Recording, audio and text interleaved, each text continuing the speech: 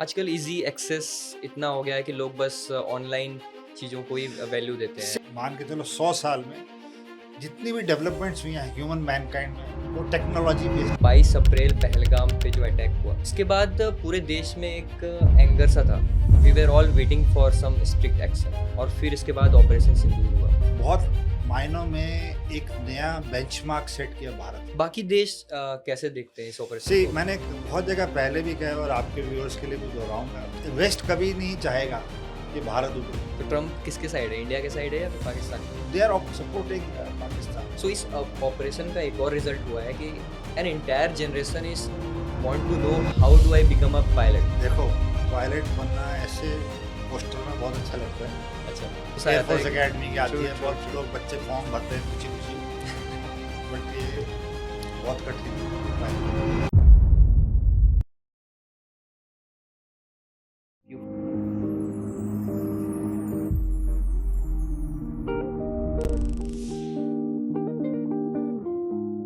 Hello everyone, we are back again with a new podcast. कैसे हैं आप लोग?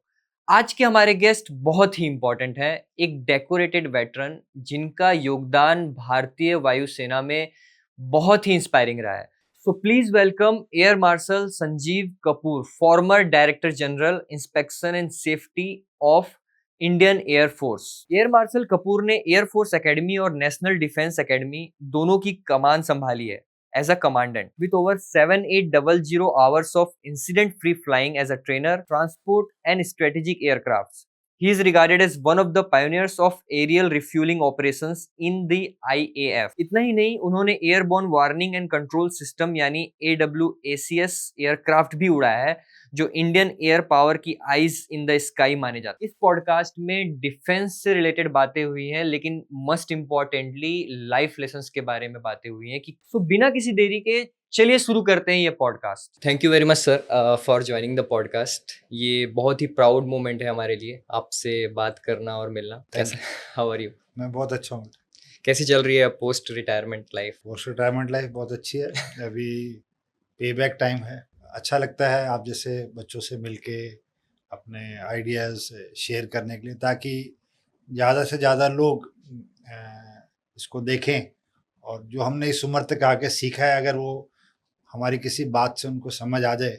आपने आफ्टर रिटायरमेंट भी बहुत सारी चीजें की है यंग जनरेशन के मैं लिए। जाता रहता हूँ। मैं दिल्ली यूनिवर्सिटी और बाहर के शहरों में कुछ ही ऐसे कॉलेज बचे होंगे जहाँ मैं नहीं गया। अच्छा। मैं जाता हूँ, मेरा एक ही मकसद रहता है कि अपने एक्सपीरियंसेस और जो सीखा है अभी तक वो बच्चों के साथ शेयर करें, ताकि कहीं ना कहीं उनके जीवन में थोड़ा सा और परिवर्तन अभी आए। इस यंग जनरेशन को बहुत ज़्यादा बहुत ज़रूरत ज़्यादा ज़रूरत है, बहुत ज़्यादा ज़रूरत है।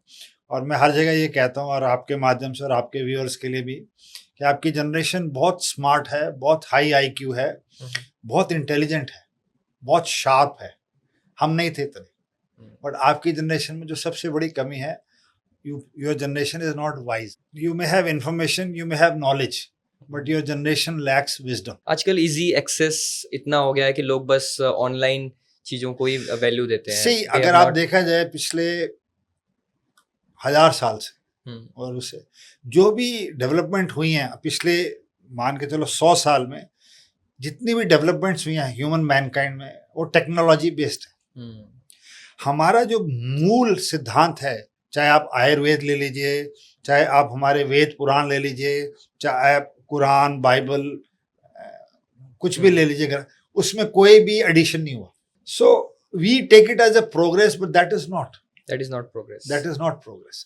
That is making your life. So today what is happening is कि हर चीज स्मार्ट होती जा रही है। स्मार्ट सिटी, स्मार्टफोन, स्मार्ट, आदमी डम होते जा रहा है। अब तो 10 मिनट में सब कुछ आपके पास आ रहा है। हाँ, तो उससे क्या रहता है कि जो ये मेरे हिसाब से एक यंग माइंड के लिए सबसे खराब चीज है, ये जो ऑनलाइन चीजें मंगाना। अब इसका कारण साइंटिफिकली ये प्रूव किया गया है वेस्ट में, कि आपका जो बॉडी के अंदर न्यूरॉन सिस्टम होता है, न्यूरोलॉजिकल सिस्टम, उसको जब ग्रेटिफिकेशन मिलनी स्टार्ट होती है, जब आपको, अब आपने कोई चीज ऑर्डर की और 10 मिनट में वो आपके हाथ में आ गई, तो आपको लगता है कि लाइफ में स्विगी, जोमेटो, ब्लिंकिट, ये हर चीज इतनी सरल है, जबकि है नहीं। तो बच्चों की जो एक्सपेक्टेशंस हैं लाइफ से वो उस भाव से बढ़नी स्टार्ट हो जाती है कि इसमें क्या प्रॉब्लम है। फिर इसके साथ ही आपका डिप्रेशन हो गया और बाकी चीजें साथ में ही आती जब हम छोटे थे तो मैं मजाक करता था कि हम 13 साल 14 साल के थे तो नए नए फ्रिज आए थे, उससे पहले फ्रिज भी नहीं होते थे, तो हमारी बचपन निकलता था फ्रिज को खोल के देख के कि उसमें लाइट जल रही है कि नहीं, क्योंकि माइक्रो स्विच होता था तो वो नई चीज थी हमारे लिए।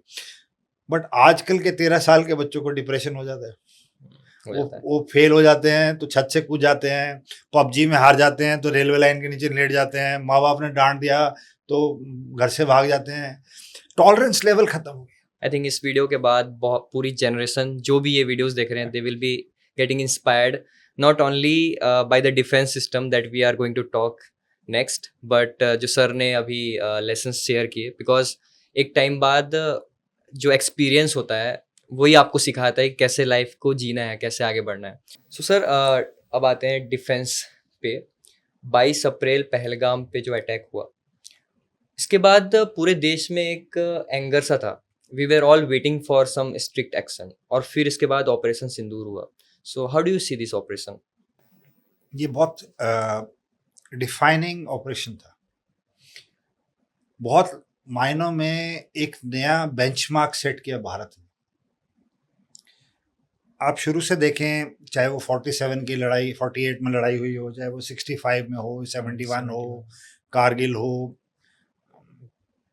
पार्लियामेंट अटैक हो, 26/11 हो, कालाचुक अटैक हो, जितने भी दुश्मन ने हमारे देश में हमले कराए हैं, हमारा रिस्पॉन्स कुछ मीक सा था। हम डोजियर भेजते थे, हम इंटरनेशनल कम्युनिटी को बताते थे, हम यूनाइटेड नेशंस को कहते थे, हम और देशों को कहते थे कि, बट कहीं ना कहीं मेरी समझ में 2016 से परिवर्तन आना स्टार्ट हुआ। तो 2016 में जब उरी हुआ तो हमने गए और उनके इलाके में जाके उनका जो टेररिस्ट कैंप था उसको नष्ट किया।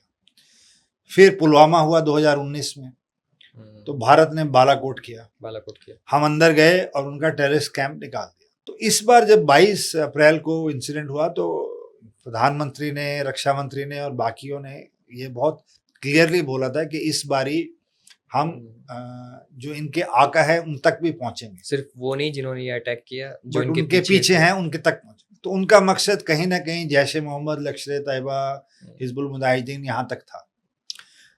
तो जो समय लगा 22 के बाद जब तैयारी होनी स्टार्ट हुई, तो मैं हर रोज देखता था मीडिया में और कई जगह हमें भी बुलाया गया बात करने के लिए, तो एक बहुत उत्सुकता थी मीडिया में और देश में और न्यूज़पेपर्स में कि जल्दी क्यों नहीं हो रहा, इतने दिन बीत गए, 7 दिन हो गए, 10 दिन हो गए, अभी तक कुछ क्यों नहीं किया, उस दिन में तो उरी में इतने दिन में हो गया था बालक। ये जो चीजें हैं ये कोई बचपन का खेल नहीं है। और जो लोग ड्राइंग रूम में एयर कंडीशन ऑफिस में बैठ के लड़ाई करवाते हैं, ना तो वो कभी उन्होंने वर्दी डाली है, ना उनका कोई सगा संबंधी फौज में है, ना उन्होंने कभी ये यातनाएं देखी हैं, ना उनको लड़ाई के बारे में कोई ज्ञान है। तो मैं ये कहना चाहूँगा, अब भारत ने इस बारी बहुत ही कैलकुलेटेड प्रिपरेशन की। हमने एस्केलेशन मैट्रिक्स बोलते हैं इसको, कि अगर चेस की गेम होती है सरल भाषा में, आपने एक चाल चली, अब दूसरी चाल आपकी है, अब उसके लिए क्या क्या विकल्प हैं। अगर आपने वो चाल चली तो ये आपके मन में चलता है, उसके बाद तीसरी चाल चली, अब वो चलेगा, फिर आप चौथी चाल आप चलोगे। ऐसे में 20वें स्टेप तक कहाँ तक जा सकती है उसकी तैयारी और सोच करनी पड़ती है। आपके माध्यम से आपके व्यूअर्स के लिए, जो 2 युद्ध हो रहे हैं इस टाइम, रशिया यूक्रेन का, उसको 3-3.5 साल हो चुके। जो इजराइल हमास का युद्ध चल रहा है उसको 1.5 साल हो चुका है। तो कहीं ना कहीं ये जो मेंटल वो था कि छोटे युद्ध होंगे, शॉर्ट युद्ध होंगे, जल्दी खत्म हो जाएंगे, वो मिथ्या भी अब खत्म हो गई। तो भारत को जो तैयारी की है उन्होंने 14-15 दिन उसमें लगा, और ऑब्वियसली दुनिया ने देखा है 6-7 की रात को हमने सिर्फ टेररिस्ट कैंप निकाले थे 9, और 71 की लड़ाई के बाद पहली बारी हम पाकिस्तानी ऑक्यूपाइड कश्मीर के अंदर गए। तो उससे पहले तो आई थिंक पहली बारी हम पाकिस्तानी पंजाब में गए हैं, उससे पहले जितनी भी स्कर्मिश हुई हैं वो उनके पाक ऑक्यूपाइड जम्मू कश्मीर में रही। तो अब ये लोग घबरा गए, तो अब इन्होंने ड्रोन और मिसाइल्स बनाने स्टार्ट किए 8 और 9 की रात। सो जो निर्णायक वो आया मेरी समझ से, वो 10 को जब भारतीय वायुसेना ने इनके 11 हवाई अड्डों पे निशाना लगाया 23 मिनट में। यस। और तो राजनाथ सिंह जी ने बोला कि इतनी देर में तो नाश्ता भी नहीं होता है जब तक हमने तो 3 रडार सिस्टम्स भी, सब रडार सिस्टम्स, इनके लॉजिस्टिक्स हब, इनके एमुनिशन डम्प्स, इनके स्टोरेज एरियाज, इनके warehouses, runways, missile launching sites, सब स्ट्राइक। तो उसके बाद इनके डीजीएमओ ने फ़ोन किया कि साहब रोक दीजिए, तो भारत ने फिर हमने सीज फायर नहीं बोला, हमने बोला कि we have given a pause. तो as of now official stand ये है कि ऑफ सिंदूर अभी भी चल रही है, इसमें एक पॉज आया। बाकी देश कैसे देखते हैं इस ऑपरेशन को? मैंने बहुत जगह पहले भी कहा और आपके व्यूअर्स के लिए भी दोहराऊंगा कि वेस्ट कभी नहीं चाहेगा कि भारत उभरे। वेस्ट का पूरा हथियार पाकिस्तान में, चाहे वो टर्की का, वो भी वेस्टर्न ओरिजिन का है, अमेरिका का, फ्रांस का, इन सब का हथियार पाकिस्तान में। तो वो कहीं नहीं चाहेंगे कि उनके हथियारों को भारत में निर्मित और रूस के निर्मित इक्विपमेंट ने निकाल दिया, उनका बाजार खराब होगा। ट्रू। दूसरा, पाकिस्तान एक ऐसा देश है जो एक बहुत ही रोग कंट्री है, बट उनका अमेरिका का स्पेशली लाडला। तो जब माँ बाप अपने बदमाश और उसके लाडले बच्चे को बहुत अति मोह करते हैं तो उसकी सारी गलतियों को नज़रअंदाज कर देते हैं। तो मैंने कई जगह बोला है कि आप कोका कोला पी लो, फिर ऐसे मत करना, एक चॉकलेट ले लो, ऐसे मत करना। चॉकलेट बहुत महंगी थी जो IMF से आई, लेकिन पाकिस्तान को अभी बट साथ में वाला अच्छा F-16 आपको दे देंगे, हम AMRAAM आपको दे देंगे, दोबारा मत करना, आपको रडार दे देंगे बट आप दोबारा मत करना। बट वो बाज कहाँ आएगा, वो सामान भी ले लेता है और फिर बदमाशी करता है। तो कहीं ना कहीं मेरी समझ में 79 में जब USSR ने अफगानिस्तान पे कब्जा किया था, तो अमेरिका की CIA ने यहाँ पे पाकिस्तान से मुजाहिदीन खड़े करने स्टार्ट किए थे। ये तो उसमें भी बोला है उन्होंने, हर जगह बोला गया। अब वो तब से उनको हथियार और सपोर्ट करते आए हैं और जो आज तक चल रही है। तो इसलिए आप पाएंगे जितना वेस्ट का मीडिया है, जितनी वेस्ट की चैनल्स हैं, जितनी उनकी इंडस्ट्रीज हैं, जो उनका नरेटिव है, वो कभी भी प्रो इंडिया नहीं होगा और वो कभी भी जो इंडिया ने किया है वो हकीकत से बताएंगे नहीं।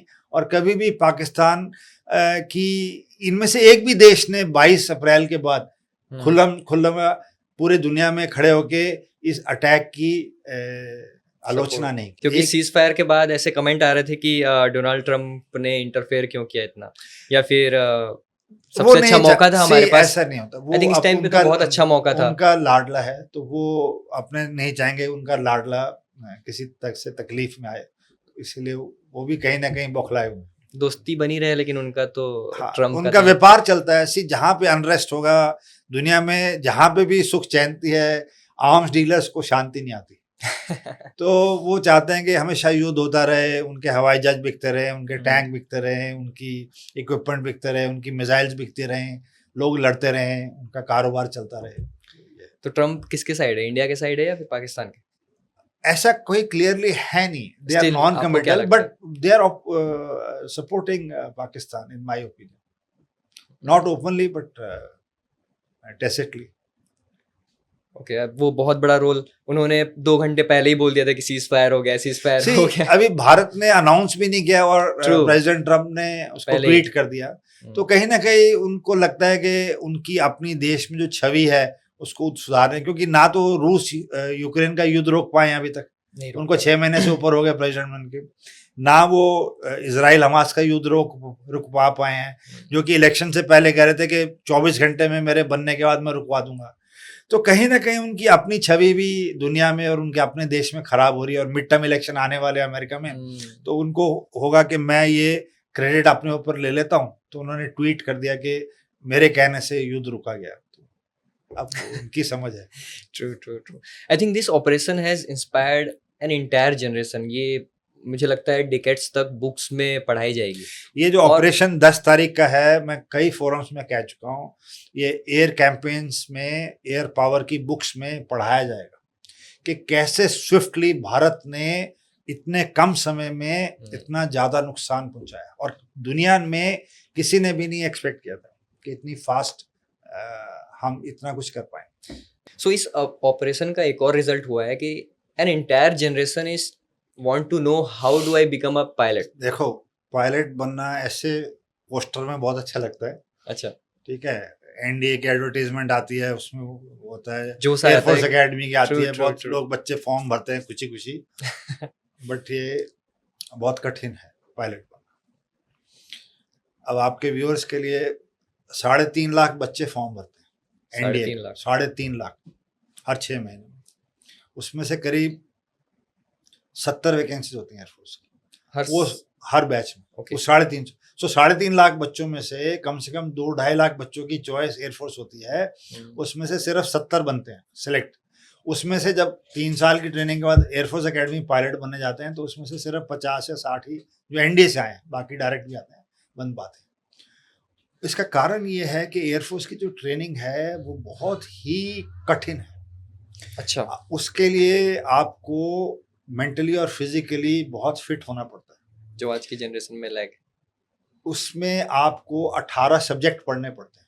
अच्छा, उसमें एरोडायनेमिक्स रहता है, एयर फ्रेम रहता है, इंजन रहता है, हाइड्रोलिक्स रहता है, एयर ट्रैफिक सर्विसेज रहता है, मीटरोलॉजी रहता है, रेगुलेशन रहते हैं, सब कुछ आना चाहिए, एयरमैनशिप सब कुछ आना चाहिए। क्यों आना चाहिए? कि आप उस जहाज में अकेले हैं, तो उस जहाज के इर्द गिर्द जो भी हो रहा है आपको पता होना चाहिए। उस जहाज के अंदर एक एक जो इंस्ट्रूमेंट लगा है उसके बारे में नॉलेज होनी चाहिए, मतलब टेक्नोलॉजी की स्ट्रांग होना चाहिए। हाँ, उसके बाद इतनी मोटी एक किताब होती है चेक्स एंड प्रोसीजर्स की, कौन सा बटन कब ऑन अच्छा। करना है। इतनी मोटी किताब होती है इमरजेंसीज की, अगर जहाज में आग लग जाए, जहाज में इंजन फेल हो जाए, जहाज में ऑक्सीजन फेल हो जाए, जहाज में अंडर कैरेज नीचे ना आए, जहाज में ये हो जाए, हर सिचुएशन के लिए एक अलग होता है, वो पढ़ना पड़ता है। उसकी परीक्षाएं होती हैं, बहुत कठिन होता है, और उसमें 100% आपको मार्क्स आने चाहिए। उसके बाद आपको सिर्फ 10 घंटे मिलते हैं उस जहाज के ऊपर सोलो जाने के लिए। अब अच्छा। सोलो क्या होता है? सोलो ये होता है कि आप अकेले उस जहाज को स्टार्ट करेंगे, उसको रनवे पे लेके जाएंगे, उसको आप टेक ऑफ करेंगे, उसको आप हवा में उड़ा के लाके उसको लैंड करेंगे अकेले, और ये 10 घंटे की फ्लाइंग मिलती है बस। उसके अंदर, हाँ जी। अब ये जो दौर है 6 महीने का, जब ये आपको ये तैयारी करनी होती है, जब आपको अपने आप को अडेप्ट करना पड़ता है, जब आपको सुबह शाम लिखित परीक्षा भी देनी पड़ती है, याद भी करना पड़ता है, फ्लाई भी करना पड़ता है, स्किल भी चाहिए तुम्हारे को, नॉलेज भी चाहिए, अवेयरनेस भी चाहिए, and you should be able to cope up with this pressure. तो मुंह में ऑक्सीजन लगी रहती है, पूरा जहाज बंद रहता है, उसके अंदर आपको आगे आगे फिर बाद में क्लोज फॉर्मेशन करनी पड़ती है, एरोबैटिक्स करनी पड़ती हैं, ये करना पड़ता है। तो धीरे धीरे जो ग्लैमर दिखता है पोस्टर्स में और ये, वो धीरे धीरे छटने लग जाता है। सर अब तो डिस्करेज हो गए होंगे लोग। नहीं डिस्करेज नहीं हो गए, उनको बताने वाले बहुत कम लोग हैं। ओके। जो व्यक्ति मेहनत करने को तैयार है वही इसमें भरे, बस मेरा ये कहने का मतलब। और हजारों पायलट बने हैं, हजारों और बनेंगे, हम भी बने थे, हमने भी, आई वाज एन इंस्ट्रक्टर। तो ऐसा कुछ नहीं है कि नहीं, हर कोई कर सकता है, बट उसके लिए आपको मेंटली और फिजिकली अपने आप को उस रूप में देखना पड़ेगा कि मैं दिन में 15-16 घंटे काम कर सकता हूँ।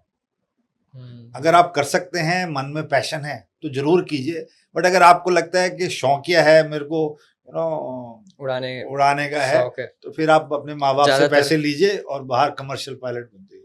ज्यादातर तो शौकिया भी होता है। हाँ, तो ये शौकिया काम नहीं है, ये शौकिया काम थोड़ा मुश्किल है। मुश्किल नहीं है, थोड़ा मेहनत करना पड़ेगा। मेहनत तो सर हर जगह है। हाँ, मैंने आपको बताया कौन सी मेहनत करनी। When the responsibility with the great responsibility and powers. एक काफ़ी इंपॉर्टेंट क्वेश्चन है जो शायद आज की जनरेशन थोड़ा मिस कर देती है, या फिर हम भी थोड़ा हवाबाजी में ही बातें करते हैं। इतना प्रिसाइसली अटैक करना, ओके, एंड ये किस टाइप की मिसाइल्स थी जो यूज़ हुई थी? ऑल्सो जो हमने एंटी ड्रोन सिस्टम यूज़ किया था, हमें सिर्फ ऊपर ऊपर से पता है कि ओके एक मिसाइल होगी जो प्रेसिशन अटैक वहाँ पे अटैक किया, but this was very well crafted attack that was carried on. See, दुनिया has now realized after this 4-day war कि India has arrived. भारत एक डिफेंस प्रोडक्शन का देश बन गया है। हमें क्यों सफलता मिली इस 4 दिन में कि हमने भारत की निर्मित चीज़ों का ज़्यादा उपयोग किया। हमने जो विदेश से सामान आया था उसको हमने अपने ही इंजीनियर से, अपने ही लोगों से, अपनी DRDO, बेल, इसरो और उनसे मॉडिफाई कराया और इंटीग्रेट किया। अच्छा। हमने आर्मी की मिसाइल्स को, भारतीय वायुसेना की मिसाइल्स को अपने भारत में निर्मित IACCS जो integrated air command and control centre है, आकाश मिसाइल, आकाश तीर एयर डिफेंस सिस्टम, इन सबको भारत में ही इंटीग्रेट किया। और ये किसी ने अपेक्षा नहीं की थी कि इतना होगा, तो इसीलिए हम इतनी थोड़ी सी देर में ये रिजल्ट ला पाए। कौन सी मिसाइल यूज हुई थी सी ड्यूरिंग दैट? मुझे कोई पर्सनल वो है नहीं कौन सी यूज हुई है, बट ब्रह्मोस एक बहुत सफल मिसाइल है। और आज मैं आपके माध्यम से आपके व्यूअर्स को ये बताना चाहूँगा कि 2 व्यक्ति मेरी समझ में जिसका ऑपरेशन सिंदूर में बहुत बड़ा योगदान है और जो इस दुनिया में नहीं है उनको हमें याद करना चाहिए। एक है डॉक्टर APJ अब्दुल कलाम, क्योंकि ब्रह्मोस मिसाइल और आकाश मिसाइल उन्हीं की देन है। अच्छा। ब्रह्मोस ब्रह्मपुत्र और मॉस्को रिवर से मिला के नाम रखा गया, ये उन्होंने ही नाम रखा था। और ये रूस में एक डिफंक्ट मिसाइल का इंजन था, उसको वो भारत से ट्रांसफर टेक्नोलॉजी में लेके आए और 2001 से ब्रह्मोस मिसाइल बनने स्टार्ट हुई भारत में। ये एक ऐसी मिसाइल है जो कि ध्वनि से 3 गुना ज़्यादा स्पीड से जाती है और दूर के टारगेट्स को निकाल सकती है। ये हवा से भी मार कर सकते हैं, हम जमीन से भी मार कर सकते हैं, हम समुंदर से भी मार सकते हैं और समुंदर के नीचे से भी मार सकते हैं, सबमरीन से।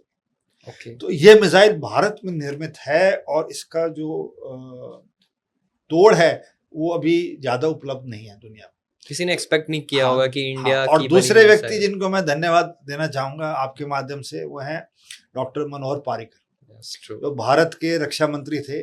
2018 में जब S-400 आने की बात हुई थी तो तब पार्लियामेंट में मुझे याद है और बाकी जगह बहुत हल्ला हुआ और अमेरिका ने सैंक्शन लगाने के लिए बात कर दी और भारत की कई पार्टीज ऑपोजिशन वगैरह ने कहा कि इतने पैसे में अस्पताल बन जाएंगे, स्कूल बन जाएंगे, हम क्यों एयर डिफेंस इक्विपमेंट ले रहे हैं। बट ये 4 दिन में जो हमारे को बचाया, ये 15-20 शहर जहाँ अंधाधुंध मिसाइल और ड्रोन आ रहे थे, वो रग्बी गेम में जो पीछे डिफेंडर्स रहते हैं, ये S-400 ने काम किया। और रफेल दूसरा, वो भी मनोहर पारिकर की ही गवर्नमेंट टू गवर्नमेंट डील थी। तो ये 2 जो चीज़ें आई हैं 2021 में हमारे पास S-400 आया था, उससे जो हमारा एयर डिफेंस नेटवर्क इंटीग्रेट हुआ है उसमें बहुत ज़्यादा फायदा हुआ है हमारे को इस कैंप में। ट्रू। जो वेपन्स और खासकर इंडिया पे बने, अभी तो आई थिंक ब्रह्मोस बहुत सारी कंट्रीज और इंटरेस्टेड हो गए हैं। अभी थोड़े दिन पहले उत्तर प्रदेश में एक और लखनऊ के पास कॉरिडोर में ब्रह्मोस की प्रोडक्शन स्टार्ट हुई है। तो मेरा ये मानना है इस 4 दिन के युद्ध के बाद अब बहुत सारे देश, चाहे वो साउथ ईस्ट एशिया से हों, चाहे वो अफ्रीका से हों, चाहे वो मिडल ईस्ट से हों, वो भारत के पास आएंगे हमारे से हथियार खरीदने। हमने देखा अभी लास्ट डिकेड में जो डिफेंस स्पेंडिंग है वो ट्वाइस हो गई है। मैंने आपके माध्यम में थोड़ी देर पहले बोला था कि वो चाहते नहीं है कि कहीं शांति हो, तो वो कहीं ना कहीं दुनिया में हर जगह अनरेस्ट चाहते हैं। अब वो Saddam Hussain first class Iraq चल रहा था, वहाँ युद्ध हो गया। लीबिया में क्या प्रॉब्लम थी तो गद्दाफी स्टार्ट हो गया। सीरिया फर्स्ट क्लास चल रहा था, वहाँ युद्ध हो गया। ठीक है, यमन में क्या प्रॉब्लम थी, वहाँ युद्ध स्टार्ट कर दिया। ठीक है, तो कहीं ना कहीं वो फैक्शंस बन के युद्ध चलता रहता है दुनिया भर में। रशिया यूक्रेन का युद्ध चल रहा है, इजराइल हमास का युद्ध चल रहा है। तो जहाँ जब तक युद्ध चलता रहता है इनका इंडस्ट्री चलती रहती है। मैं इसमें पूछ रहा था कि जो डिफरेंट गवर्नमेंट्स होती हैं वो कैसे अफेक्ट करती हैं, अगर इंडिया की बात करूँ मैं। बाइफर्नल डिफेंस को ज़्यादा नहीं रहता क्योंकि हमारा एक अलग सा सिस्टम है, हमारी अपनी डिफेंस इंडस्ट्री है, हम दी सर्विसेज अपनी रिक्वायरमेंट देते हैं। ऑफ कोर्स हेल्प होती है, अगर जो सेना बोले कि हमारे को ये सामान चाहिए, उसके प्रति कितनी जल्दी सरकार वो फंड्स देती है और वो सामान आता है, उस पर जरूर निर्भर करता है। क्योंकि आप around 30 years in the span of बहुत सारी गवर्नमेंट्स आई गई, तो like how was your experience? मैं 40 साल रहा, 30 साल में 40 years, okay. तो see things are improving We are working on our systems also. yes क्योंकि अभी जो जिन मिसाइल्स के बारे में last हमने बात few की, years I'll put it last 8 to 10 years Yes. बहुत ज्यादा development and last 5 to 6 years और भी ज्यादा पुश है अब और भी बट डेवलप अब करेंगे हम लोग. इस ऑपरेशन के बाद मेरी समझ से और भी ज्यादा पुश मिलेगा You are considered as one of the stalwart of air refueling operations of Indian Air Force. So can you please explain once, मतलब आप बताएंगे क्या होता है ये? से हर जहाज में अगर आप तस्वीर देखें तो उसके आगे एक प्रोब लगा होता है, चाहे जैगुआर हो, मिराज हो, Su-30 हो, रफेल हो, एक कॉकपिट के साइड से एक ऐसे लंबा सा प्रोब नाक जैसे सा निकला रहता है. हाँ. वो उसको एरियल रिफ्यूलिंग प्रोब बोलते हैं. तो इससे क्या रहता है कि हर फाइटर जहाज के अंदर एक लिमिटेशन है, उससे ज्यादा ईंधन वो नहीं ले जा सकते. Okay. तो उसको फिर जहाज को जब उड़ता है हवा में तो ईंधन खत्म होने से पहले वापस आना पड़ता है. बट अगर उसको हवा में ही ईंधन मिल जाए तो वो जो लड़ाकू जहाज है उसकी रेंज बढ़ जाती है. क्योंकि पहले रिफ्यूल हो गया रिफ्यूल हो गया तो उसका तेल उसमें आ गया. इस प्रोसेस को एरियल रिफ्यूलिंग कहते हैं. और ये भारत में हमने I was in the Pioneer team, तो हमने ये क्रिएट किया था. तो 2003-4 में हमने स्टार्ट किया था, आज से 21 साल पहले, 20 ओके. एंड ये जहाज आए थे और इसको हमने भारतीय वायुसेना में इंटीग्रेट किया. इससे क्या रहता है, भारतीय जो लड़ाकू जहाज है वो अमेरिका एक्सरसाइज करने जा रहे हैं, ऑस्ट्रेलिया एक्सरसाइज करने जा रहे हैं, सिंगापुर जा रहे हैं, फ्रांस जा रहे हैं, ग्रीस जा रहे हैं. कैसे जा पा रहे हैं? एरियल रिफ्यूलिंग से. अब एक जहाज राजस्थान से जाता है, वो पोर्ट ब्लेयर तक सीधा चला जाता है, उसको कहीं उतरने की जरूरत नहीं है. वो जहाज को सर्विसिंग के लिए आना है, वो जहाज नॉर्थ में कहीं है और उसको बैंगलोर सर्विसिंग के लिए आना है. तो पहले जब एरियल रिफ्यूलिंग नहीं थी तो उसको रास्ते में उतरना पड़ता था, 1 घंटे की फ्लाइट के बाद 1.5 घंटे की रिफ्यूल करके. फिर अब उसको अगर यहाँ से असम से जाके वापस भी आना है गुजरात तक तो उतरना ही नहीं है उसको. ये है एरियल रिफ्यूलिंग. और दूसरा, ऑपरेशनली अगर मैं यहाँ, आपको पता है कि मैं इसी दिशा से आऊँगा तो आप अपनी डिफेंसेस इसी दिशा में लगा देंगे. बट अगर मैं अपने ही इलाके में ईंधन इतना ले लूँ कि मैं आपको बैक से भी आके अटैक कर सकता हूँ, यहाँ से भी आके अटैक कर सकता हूँ, यहाँ से भी आके अटैक कर सकता हूँ, तो दुश्मन के लिए कितने खतरे की बात है. मुश्किल भी है उनके लिए उनको पकड़ना. हाँ, तो ये बहुत सारे इसके वो हैं फायदे. खतरनाक भी होता है ये थोड़ा सा. हाँ, ऑब्वियसली स्किल. सी हर चीज लाइफ में जिसमें स्किल की आवश्यकता है वो एक रेयर चीज है आजकल. All these things require skill. Flying require skill, aerial refuelling require skill. आपकी जनरल नॉलेज के लिए जो आपके डॉक्टर्स हैं हॉस्पिटल्स में, जो सर्जन्स हैं, काट करते हैं, बाईपास करते हैं, उनकी हाथ की स्किल है बहुत ज्यादा है. ये जो स्किल, ये भी जो ऑपरेशंस हैं ये भी स्किल बेस्ड हैं. तो इसमें आपको माहिरता हासिल करनी पड़ती है. और उसमें उसी के साथ फिर खतरे भी आते हैं.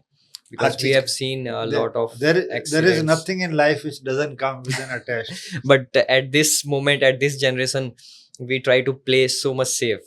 हमें ये लगता है कि थोड़ा सेफ ही खेले लाइफ में. वही तो मैंने बोला, ड्राइंग रूम में टीवी के आगे रिमोट लेके बैठने से, बात करने से लाइफ नहीं चलती. Life is very different. वो अभी हमें समझ आ रहा है बात करके कि how decorated and plus when it comes to the risk factor बहुत मुश्किल है. अभी ऑल पार्टी डेलीगेशन भी है. They are going to the different nations. Pakistan जिस तरीके से ये आतंकवाद फैला रहा है, तो क्या कहना चाहेंगे आप इसके बारे में? हमारे 7 डेलीगेशन गए हैं. एक अच्छा स्टेप है. भारत के जो पॉइंट ऑफ व्यू है वो दुनिया को बता रहे हैं. एंड कहीं ना कहीं, और सबसे अच्छी चीज़ है कि दुनिया में मैंने कहीं नहीं देखा कि विपक्ष की जो पार्टीज हैं वो डेलीगेशन लीड कर रहे हैं. ये एक ट्रू डेमोक्रेसी की स्ट्रेंथ है. मतलब आप इमेजिन कर सकते हैं कि पाकिस्तान में जो सबसे पॉपुलर लीडर है इमरान खान, वो जेल में है. जो सबसे पॉपुलर पार्टी है पीटीआई, उनकी वो डिसबैंडेड है. ऑपोजिशन नाम का कुछ है ही नहीं. उन्होंने अपने पपेट वहाँ बिठा रखे हैं जो प्राइम मिनिस्टर और प्रेसिडेंट हैं. और वहाँ से अगर आप एक्सपेक्ट करोगे उनकी ऑपोजिशन की पार्टी के डेलीगेशन लेड और देशों में जाके, असंभव है. और भारत ने ये करके दिखाया. We are a very matured and a seasoned democracy. हमारे यहाँ पे जो देश का जो पॉलिटिकल सेटअप है वो बहुत मैच्योर है. तो ये कहीं ना कहीं दुनिया के लिए मैसेज है. इस बार बहुत मैच्योरिटी दिखी, बट कुछ ऐसे न्यूज़ मैंने देखे कि पाकिस्तान के लोग या फिर न्यूज़ चैनल में कुछ अपोजिशन पार्टी के लीडर्स के कुछ कमेंट्स को साउट आउट कर रहे थे कि सी उनकी फितरत है झूठ बोलना. वो देश ही झूठ बोलने पे है. उनके हिसाब से वो 48 की लड़ाई जीत गए, उनके हिसाब से वो 65 की लड़ाई जीत गए, उनके हिसाब से वो 93,000 जो हमने प्रिजनर लिए 71 वॉर में वो है ही नहीं. उनके हिसाब से उनकी किताबों में कहीं जिक्र ही नहीं है कि उनका देश टूट के बांग्लादेश बन गया.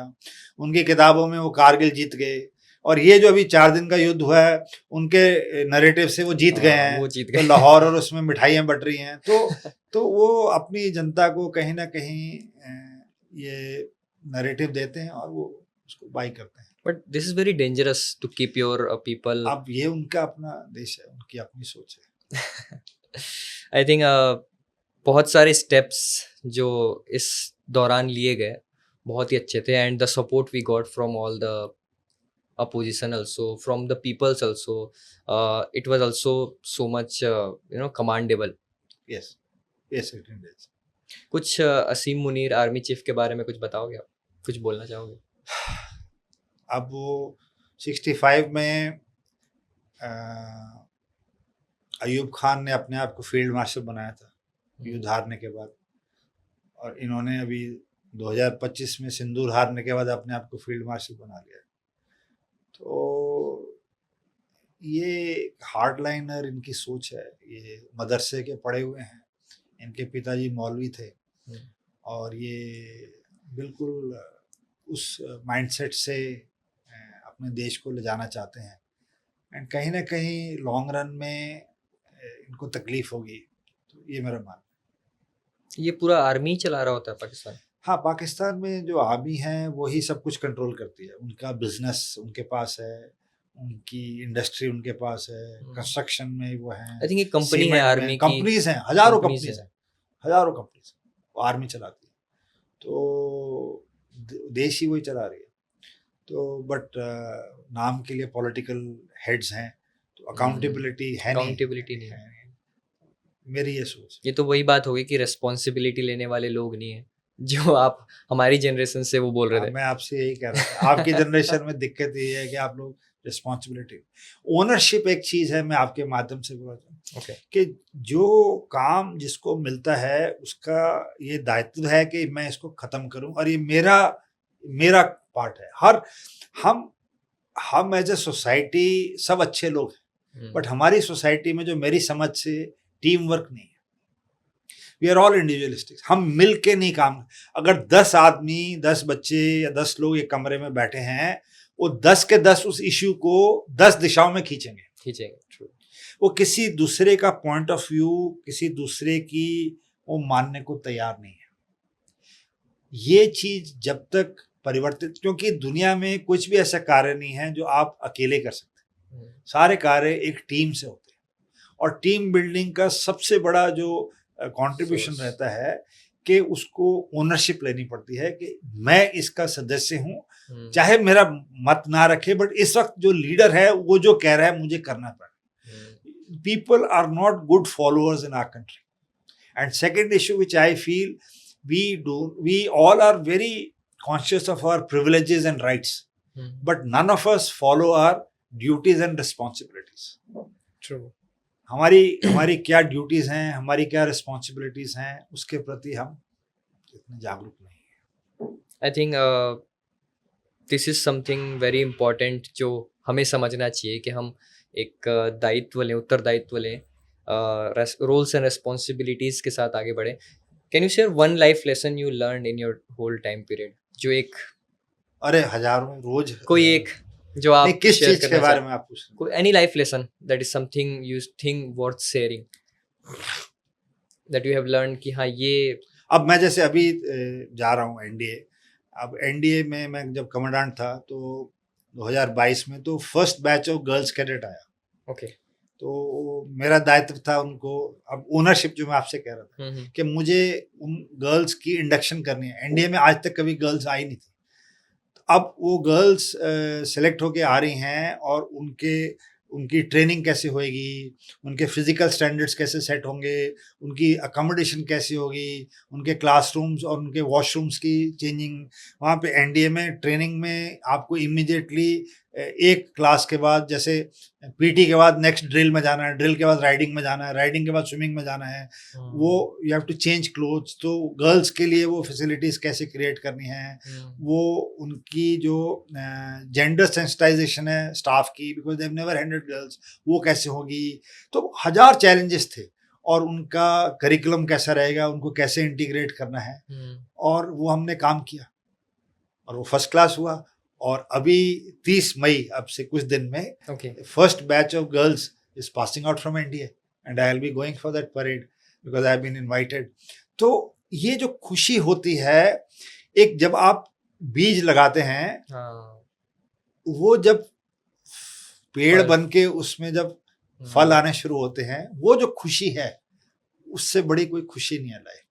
तो इसीलिए आपको ऐसे कार्य करने चाहिए जिसका इमीडिएट रिजल्ट ना होके लॉन्ग टर्म बड़े लोगों के लिए, ज्यादा लोगों के लिए वो चीज लाभदायक हो, इस तरह के कार्य करने चाहिए। I think idea of giving back to the society. To the society, that's very beautiful. One thing that I will carry for my life also, and I hope you guys will also carry forward.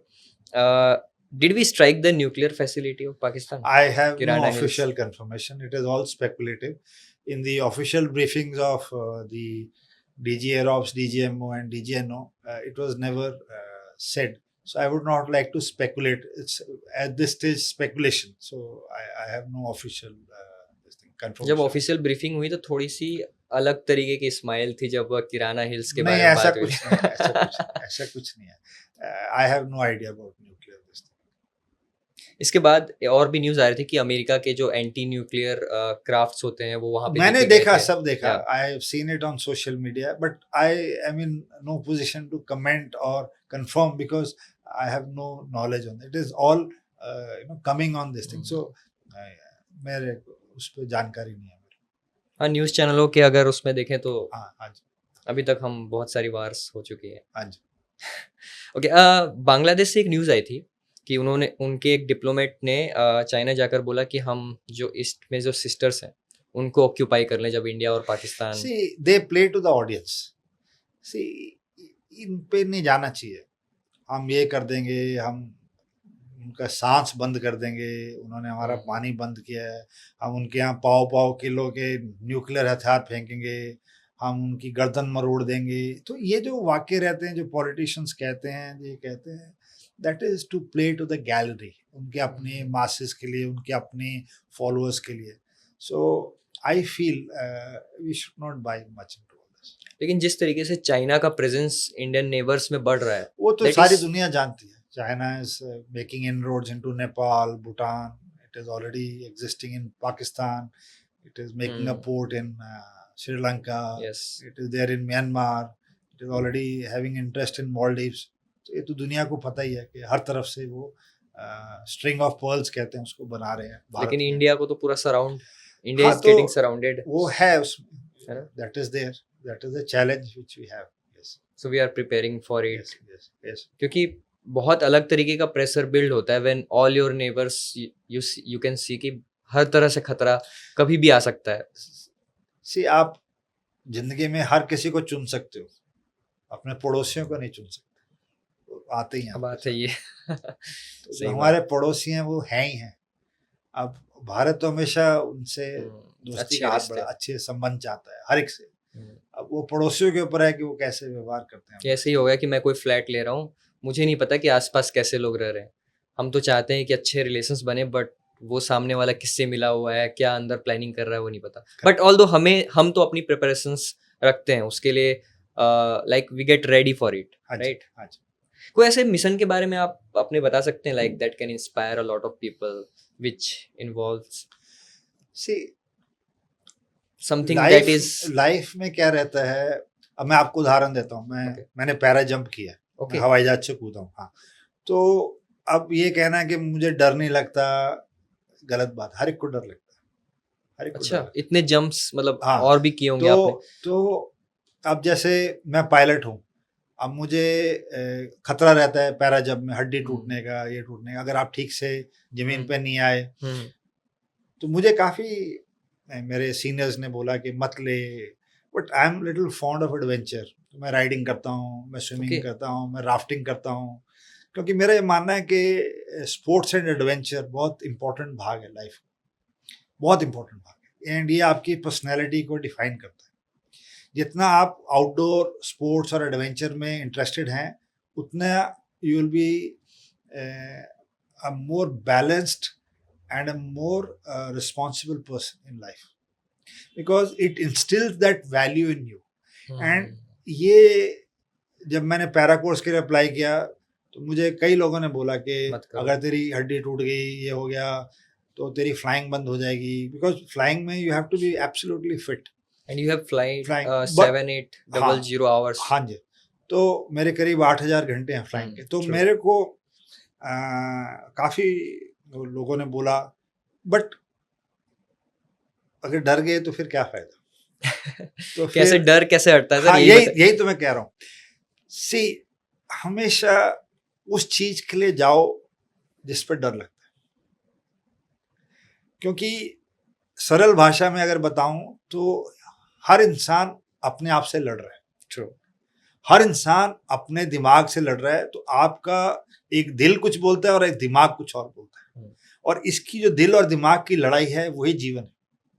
कौन जीतता है? आपका सबसे अच्छा दोस्त आपका दिमाग है, और आपका सबसे बड़ा दुश्मन आपका दिमाग है। आप कितनी जल्दी अपने दिमाग को टेम कर पाते हो, वो आपका रेस्ट ऑफ द जीवन डिसाइड करता है। तो हमने अपने दिमाग को टेम किया कि बाप करना है तो करना है। अब देखी जाएगी, हड्डी टूटेगी या जो होगा देखेंगे। तो हम गए ट्रेनिंग के लिए। तो जब पहले दिन हमारे को इंस्ट्रक्टर ले गए ट्रेनिंग, करीब बहुत ही कठिन ट्रेनिंग होती है। कि 20-25 दिन आपको इतना रगड़ा लगता है फिजिकली। 20-20 किलोमीटर दौड़ाते हैं रोज का, सुबह शाम, पिट्ठू डाल के वर्जिश। फिर पैराशूट का हैंगर के अंदर एक वो रहता है। बहुत कम पायलट्स बनते हैं पैरा मतलब पैरा जंप के, क्योंकि रिस्क है जो भी मैंने आपसे कहा। तो उसमें रस्सी से आपको पहले कूदवाएंगे जमीन पे ही, आपका डर निकाल रहे हैं बेसिकली। फिर इंसान कैसे जमीन पे गिरता है, उसके बाद उसको कैसे रोल करना है, क्योंकि जब भी इंसान गिरता है उसका इम्पैक्ट कम होना चाहिए, उसकी हड्डी ना टूटे। तो उसके लिए, और ऐसा तो है नहीं कि आप कॉपी बुक गिरोगे, तो हवा आपको कभी घसीट सकती है, पैराशूट आपको कभी रगड़ सकता है, ऐसी 1000 जो सिचुएशन वो सिखाई जाती हैं। तो वो ट्रेनिंग खत्म हुई, बट पहले दिन हमारे को फैमिलियराइजेशन के लिए ले जाते हैं। तो जहाज का पीछे से वो रैंप खुलता है, आपको एज पे ले जाता है 2-2.5 हजार फुट पे, और यहाँ से आपको दिखाया जाता है कि कल आपको लाके, तो जो हवा का तपेड़ा आता है जब जहाज खुला हुआ है ऊपर से, और आपको लगता है कि इसमें से मुझे कूदना है, तब असली, क्योंकि आज तक तो जमीन पर ट्रेनिंग हो रही है। True. अब असली तो ऐसी बड़ी चीजें हैं लाइफ की। मैं राफ्टिंग के लिए गया, मैंने बड़ी सारी चीजें की, तो डर लगता है। घोड़े पे जब बैठे, मैं अभी भी जब भी जाता हूँ एनडीए में राइडिंग करता हूँ, तो शुरू में डर लगता था, बट अभी ऐसा कुछ नहीं है, ऐसा कुछ नहीं है। तो डर के आगे जीत है। हाँ, वो ऐड के लिए है, बट बेसिकली आपको अपने माइंड को ट्रेन करना है। आप बालाकोट स्ट्राइक में थे? मैं था नहीं, but I was posted at headquarters, and I know a little bit about. Can you share something? दुनिया के सामने है, सारी दुनिया को पता है। कुछ ऐसा इंसिडेंट जो आपको लगता हो, जो अभी भी नहीं, आपके इसमें भी हमने भारत एक बहुत रिस्पॉन्सिबल कंट्री है। हमने, अगर आपने सिंदूर भी देखा होगा या बालाकोट भी देखा होगा या उरी, हमने किसी कोलेटरल डैमेज की तरफ नहीं गया। हमारे किसी भी एक्शन से किसी और को कोई हानि नहीं आई। आसपास सिविलियंस को और किसी बिल्डिंग्स को कैजुअलिटीज हम नहीं की। अभी भी जो टारगेट स्ट्राइक किए हैं वो सिर्फ स्पेसिफिक हैं। ऐसा नहीं है कि आसपास के 50 घर उड़ गए हों और ये हो गया। हमने प्रिसाइज किया। कोई नियर डेथ एक्सपीरियंस आपका, लाइक वो मोमेंट कभी ऐसा लगा हो कि आई थिंक रहता है, बच गए तो बच गए? फ्लाइंग में हमेशा रिस्क रहता है। अभी आपने कल ही पढ़ा होगा, परसों एक इंडिगो का जहाज वो वेदर में घुस गया पठानकोट के पास, उसने लेफ्ट डाइवर्शन मांगी, उसको दी नहीं, तो वो उसमें घुस गया और यात्री बहुत परेशान हुए, उसकी विंड फट गई और वो श्रीनगर में जाके। हम भी बहुत बार वेदर में घुसते हैं और वेदर इज अनफॉरगिविंग।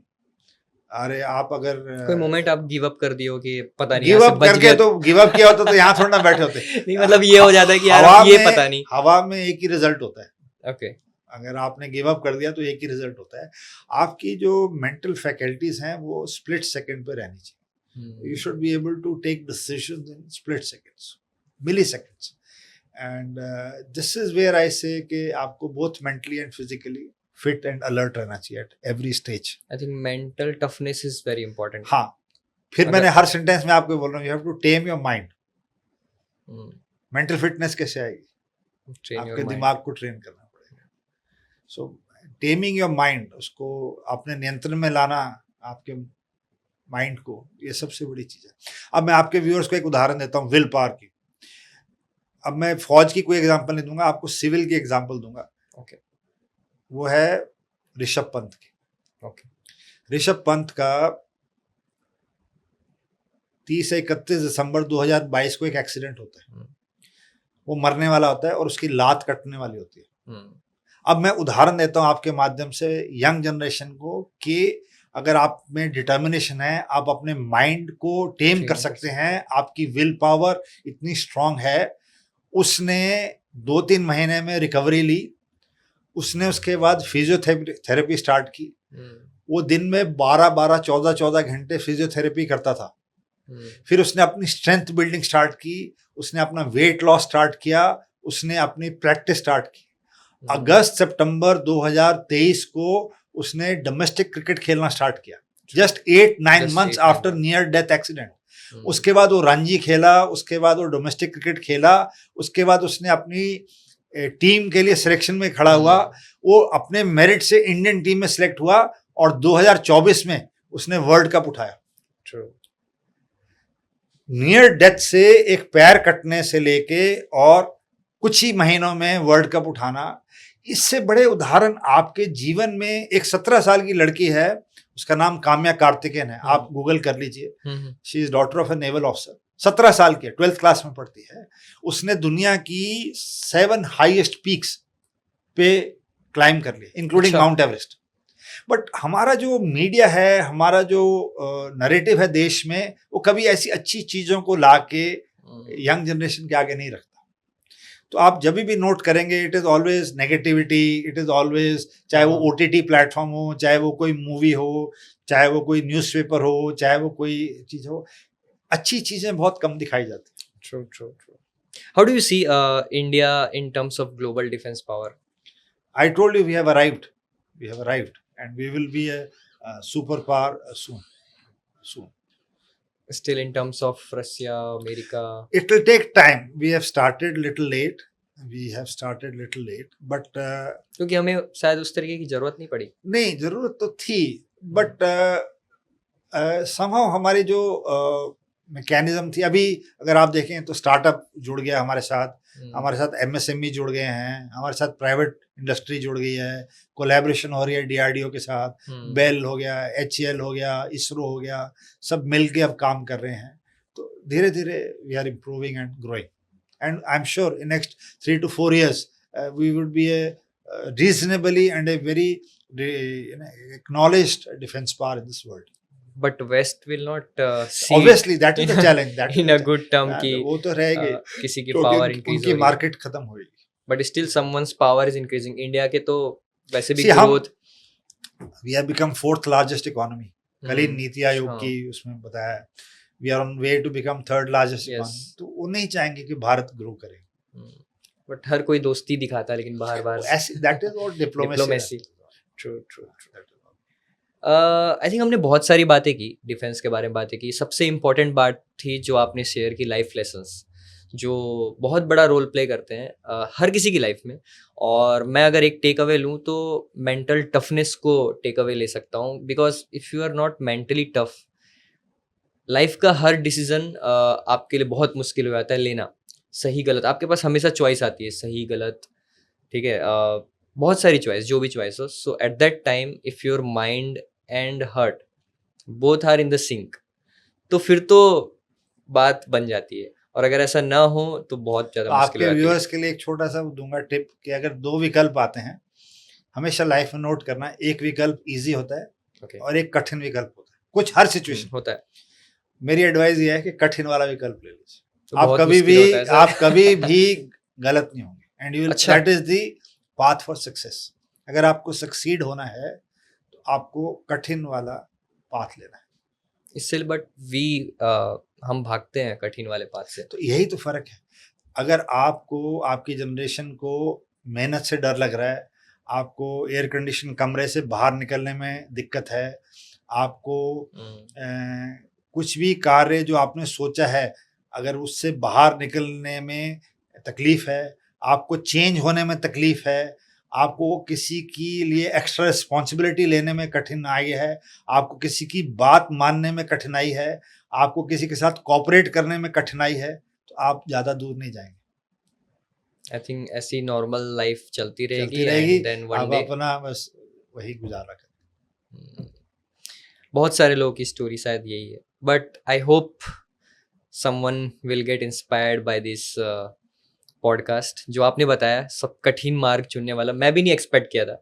हम कठिन और सिंपल में एक बैलेंस बनाने की कोशिश करते हैं और बीच का रास्ता निकालते हैं। सबसे इजी तरीका है, always take the difficult choice, you will never fail in life. Very, very beautiful you said it. I think I will also carry it to my life. So I want to ask कि सबसे best defence equipments क्या है अभी हमारे पास, जो आपको लगता है कि ये इस टाइम वेग पे? क्वेश्चन है, this is a very vague question. Army है, नेवी है, एयरफोर्स है, स्पेस है, साइबर है, उसमें हर एक के अपने इक्विपमेंट हैं, अपने अपने वो हैं। तो I think in the air defence if I ask, air defence मैंने आपको बताया, जो आकाश मिसाइल अभी हमने बनाई है, आकाश तीर बनाया है, ISCCS बनाया है, ये सबसे अच्छे हैं एयर डिफेंस के। S-400 जो हमने खरीदा है बेहतरीन है, बहुत ही बेहतरीन। ये हमारे पास काफी कम टाइम था इन्हें टेस्ट करने या फिर उसके नहीं, लिए? 2021 से आए हैं, अभी 4 साल हो गए हैं, तो भारत ने उसको फटाफट इंटीग्रेट किया है। यस, मतलब हमारे पास टाइम काफी थोड़ा सा बोल सकते हैं। सी, हमेशा तैयारी रहनी चाहिए आर्मी प्रिपेयर्ड, हमेशा प्रिपेयर्ड 24 घंटे। फौज करती क्या सारा टाइम, तैयारी तो कर रही है। अब अभी जब हम युद्ध नहीं कर रहे होते तो हम युद्ध की तैयारी कर रहे होते, तो आर्मी, नेवी, एयरफोर्स युद्ध की तैयारी करते रहते 24 घंटे। ये हुआ तो ऐसे करेंगे, वैसा हुआ तो वैसे करेंगे, अब दुश्मन ने ये कर लिया तो उससे वो ये कर सकता है, उसके लिए हम सक्षम है नहीं है, अगर उसने ऐसा किया तो हम क्या करेंगे। ये तैयारी तो चलती है लाइफ में भी ऐसे लाइफ में भी ऐसे ही। Okay. I want to ask one last question maybe.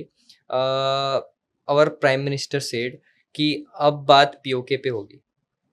C, history मैंने जैसे आपको बताया था कि 1948 में Raja Hari Singh gave Jammu and Kashmir by accession to India. तो उस समय जो 48 में युद्ध हुआ आफ्टर द एक्सेशन, 47 एंड में उन्होंने साइन किया था, उसके बाद अर्ली 48 तक जो हुआ था, पाकिस्तान आर्मी और इंडियन आर्मी दोनों के जो जनरल्स थे वो ब्रिटिश थे। अच्छा, तो दुनिया में एक ऐसा अकेला युद्ध हुआ है जिसमें 2 देश लड़े आपस में, बट उन दोनों देशों की आर्मी के जो मुखिया थे वो एक दूसरे देश के, एक ही देश के थे। अच्छा, तो उस टाइम पे जो लाइन ऑफ कंट्रोल बनी, जो आजकल हम उसमें बहुत सारा हिस्सा पाकिस्तान ले गया, जिसको हम पाक ऑक्यूपाइड जम्मू कश्मीर बोलते हैं। ये भारत का अभिन्न अंग है, क्योंकि जब हरि सिंह ने पूरा कश्मीर दिया तो वो मैप वही था। तो भारत तब से यही कहता आ रहा है कि ये हमारा भारत का अभिन्न अंग है और ये भारत में जुड़ जाना चाहिए। तो आपने इस पे इलीगली कब्जा किया हुआ है। इस बार मौका था हमारे पास।